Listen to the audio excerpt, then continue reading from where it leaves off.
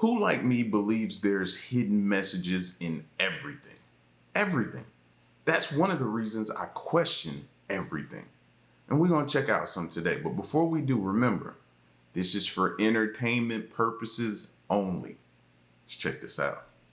Hidden messages in Hollywood movies that seem out of place. Why is this in Boys in the Hood?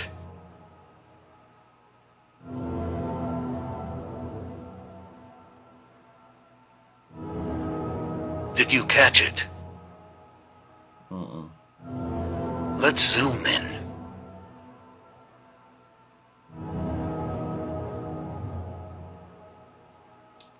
You know how many times I've watched that movie? So it's a classic. Hood classic. It's classic. I've never even thought to even look. I was so enamored with the plot of the movie and what was going on and what was transpiring that I never looked at that. Like, I'm starting to see this so much that I want to go back and relive and these old movies that I watched so much as a kid and just look at things to see if I can pick up little nuggets like this. Newspaper reads Space Aliens Escapes. I think I made that out right. Space Alien Escapes. Just on a paper, randomly on the coffee table. Nah, bro. See? And Cube, Ice Cube, he's so cerebral that we would have to ask him, did he consciously do that? Like, he was ahead of his time already, a genius in his own right, that he could have strategically placed that there and never said nothing. And he's always went against the grain. Listen back to his music. Listen to his interviews now when he talks about the industry. He's going up against the NBA right now because of his big three. So, you know what I mean? Ice Cube, even though this wasn't Cube's movie, I just talk about Cube because, you know what I mean? He was one of the main characters in the movie. You know what I mean? And he could have very well talked to, I think, who was the producer of this movie? Maybe John Singleton. I'm going too deep into it, but this is how far in deep thought I think about things like that. You know what I mean? Maybe it was Morris Chestnut. Who knows? But that was crazy. I never caught that. Anyone familiar with Dr. Emoto and his experiments with water? He was a Japanese businessman who conducted experiments and postulated that human consciousness, words, pictures, and even music could have an effect on the molecular structure of water. Now, when I first made that... Did that say water, music, taste? Heavy metal? Bach air for G-string? Sound of music? So music can affect your taste in water? That's insane to even think about. Molecular structure of water. Now, when I first made that video, I did not realize that there was a double-blind test that actually proved Dr. Emoto's hypothesis. And I bring this up because my healing practice uses water that's intentionally treated to align the chakra system. Now, what's crazy about this test is they had a group of approximately 2,000 people in Tokyo who focused positive intentions towards water samples that were located in an electromagnetically shielded room in California. So this not only proves all of the things that I've talked about as far as global meditation and consciousness, but it also proves that our thoughts are viewed as electromagnetic representations of neural information. They used Fiji bottled water and recruited 100 volunteers. And what's crazy is this pilot proved Dr. Emoto's hypothesis that water treated with pleasant intentions would result in more pleasing crystal formations. But tell me what you guys think. Share your thoughts in the comments below, like and follow for more. Anyone familiar? I might need to check that book out. Have y'all read that? Can anybody give me any type of reviews on this? New York Times bestseller, The Hidden Messages in water. In water, something we every day we drink. But water, as she stated, water made with good intentions. Wow. that makes me think of like food. They always talk about food. If you're excited when you cooking it and you displaying love and emotion in your kitchen and different things that you're doing while you're cooking this meal, it'll come off even better. You know what I mean? Put a little love in it, they always say. And I've always thought about that. But if you think about that, we've experienced, they say that with plants. You do different things, music, water, love, communication, attention to it, and it'll blossom and grow. I gotta start really paying attention to this type of stuff, man. This is stuff we overlooking and we could seriously benefit from in our lives. I gotta look into that book. I'm gonna write that down. The elite have to tell you things. They have to leave messages. The reason they have to do this is how they believe they get past karma. By telling you what they're going to do, they release their karma. Now that you understand why they're telling you, start paying attention to everything all around. They're telling people what's coming. Now, not many people understand how to read things like this. That's why it's coded. The elite have to... He's got a point, bro. He got a point. You know what I mean? That's why I think it's important we develop a community of people, like-minded thinkers, unplugged from the matrix, to come together to be able to decipher a lot of these clues and figure things out. Pretty much what we're doing here. We're figuring things out. You know what I mean? And it's the early stages of it, but I see the comments from you guys, and you guys are awakening and seeing it. Some of y'all were already there and joined this community and was like, I'm glad to be around, and seeing more people come to the realization of some of the things that's been going on. You'll be able to see it even more clearly, like he's saying. Now, I never thought of it in the sense of they have to tell us or leave the clues, because then they can get rid of and release that karma that they be trying to avoid and different things like that. So that's interesting. That's interesting. You know what I mean? And a lot of that stuff comes off in news, and we just don't know how to decipher it. Interviews nowadays, that's the good thing about social media. You know what I mean? If a person is interviewed enough, you can kind of pick up on certain little things if you pay attention. But you gotta be hip to it. You gotta be looking for it. You gotta be trying to find it. If you search enough, you'll find it. With it being the center of a lot of controversy, Leonardo da Vinci's Last Supper has long been the subject of secrecy and mystery. The painting in which Jesus partakes in his final meal with his disciples has got many whispering about what is actually hidden within the painting. From prophetic messages and hidden musical scores to warning about the end of the world. What was Da Vinci trying to tell us? Today we're diving into the true meaning behind Da Vinci's Last Supper. Let us know your thoughts in the comments. Like that Last Supper photo now, I've heard so many different things that I could never look at it the same. Because the way I look at it now, and I sit back and I view it, and I'm like, man, this is to me like life. You know what I mean? You go through life, you think you're sitting down and you're breaking bread with people who love you, people who care about you, people who you think has your back. And the whole time they're plotting on you. The whole time it's this. The whole time they don't have the best intentions. The whole time, you know what I mean? You never know. It be the ones closest to you. Like, I look at that picture in so many different ways. Think about it, man. You always, who do you always get into it with the most? Who always disappoints you the most? It's usually family or friends, close friends, right? People who you let your guard down around. People who you never would suspect. That's how I look at that photo a little bit in comparison to my life or other people's lives and stuff like that.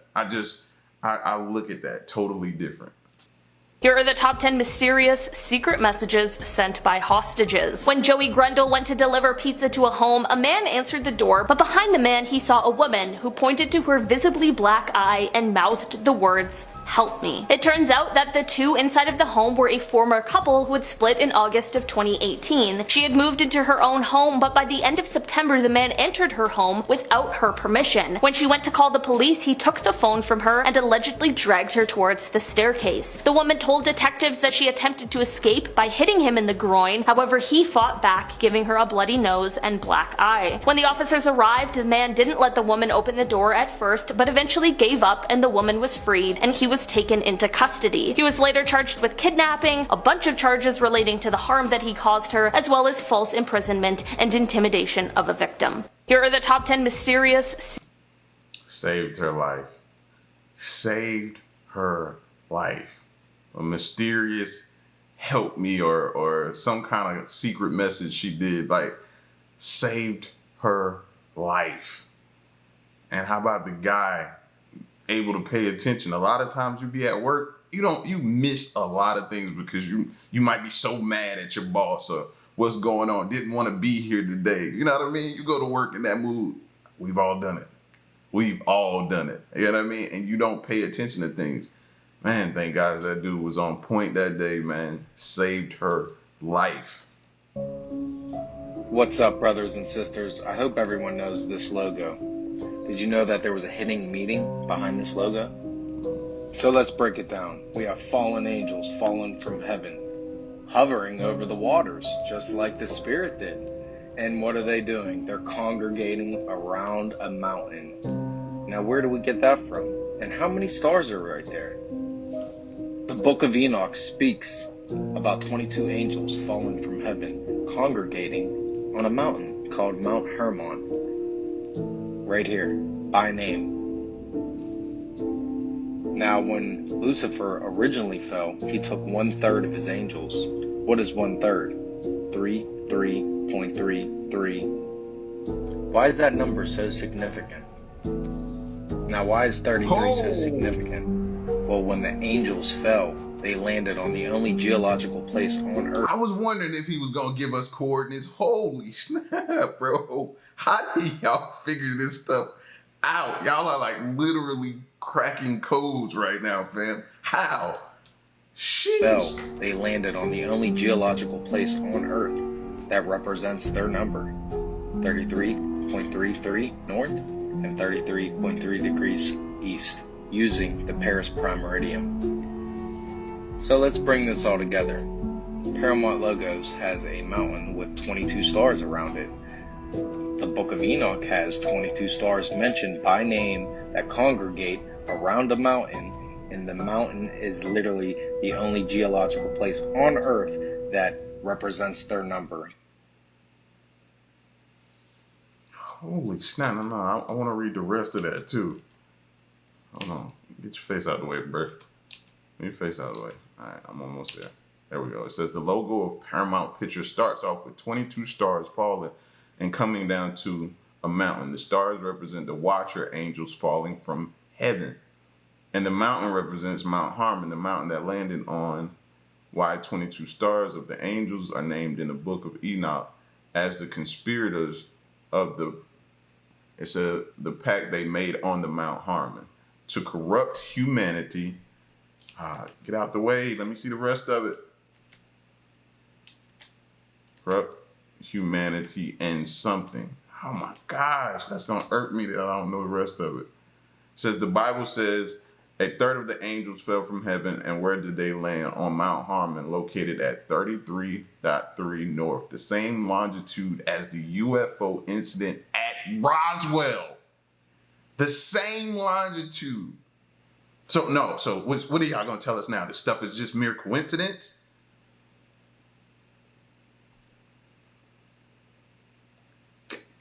I'm speechless at this moment. Let's keep going. Thus, the number 33 is connected to angels, aliens, and the fall of Lucifer. What's more, in Jesus' day, Mount Hermon was dedicated to the androgynous god Pan. It says, the satire pan symbolizes Satan and his master plan to corrupt mankind's DNA via the mark of the beast. Yo. Y'all will never look at movies again when that comes up. You're going to automatically think of fallen angels. You're going to think of the stars. And you're going to think of the book of Enoch. You're going to think of Mount Harmon. And you're going to think of the longitude and latitude coordinates from now on, fam. It is in my brain. Sheesh. So what have they been trying to tell us, man? And again, that still makes me think, why was the book of Enoch removed from the Bible? Yo, this movie had a hidden message that most people didn't really talk about. But I'll take it a little deeper and show you. I'll start with this guy, my favorite character, Morpheus. The message begins with his name, Morpheus. In Greek mythology, Morpheus was the god of dreams. But it gets better. In the Matrix, the name of Morpheus' ship is named the Nebuchadnezzar. Most people probably didn't think twice about these two names. But here's where it gets interesting. In the Bible, there was a king named Nebuchadnezzar. And Nebuchadnezzar also had a dream. And the only person that could interpret this dream was a man named Daniel. And in this dream, there was a statue. And in Daniel chapter 2, verse 39 through 44, it was said that each part of the statue represented a reign of an empire. But at the bottom of the statue is what makes the Matrix that more cryptic.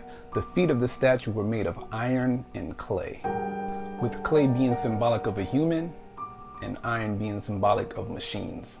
So in short, the Matrix, which came out in 1999, was revealing a prophecy of a man merging with machine. AI. So you think it's a reach?